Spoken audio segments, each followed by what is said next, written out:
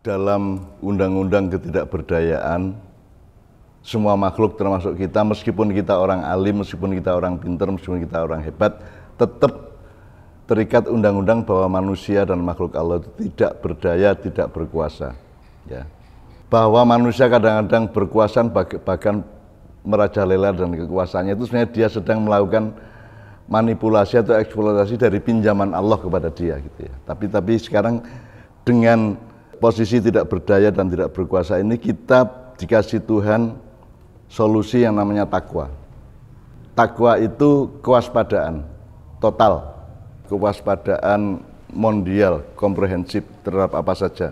Waspada bahwa kita tidak berkuasa, bahwa Allah yang berkuasa, waspada tentang segala macam. Maka prokes itu adalah aplikasi atau implementasi dari takwa. Bahwa kita cuci tangan, kita jaga jarak, kita pakai masker, terus menambahkan keempat itu vaksinasi misalnya. Ya. Ada juga yang mengatakan, loh saya sudah vaksin dari kecil kok. Saya sudah sholat, saya sudah minta perlindungan dari Allah. Kita minta perlindungan dari Allah itu tidak sama dengan Allah melindungi kita. Masih minta kok. Kita masih membutuhkan kok.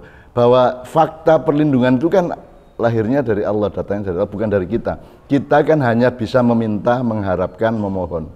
Tapi fakta atau kepastian, kenyataan perlindungan Tuhan kepada kita itu kan ada di tangan Tuhan, tidak di tangan kita. Jadi jangan sampai mentang-mentang kita rajin berdoa maka kita memastikan bahwa Allah pasti melindungi, kan begitu. Nah, jadi ini kalau pakai ayat mayyattaqillah yaj'allahu makhrajan, dia tolak gitu ya.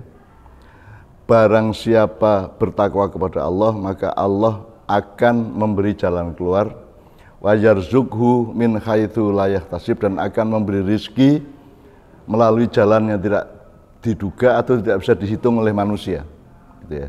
Pokoknya layak tasib, tidak bisa diregulasi, tidak bisa diteorikan, pokoknya ada saja rizki itu. Nah, tolong kita ingat bahwa kalimatnya kan mayyattaqillah, yattaqi itu bertakwa, itu subjeknya manusia.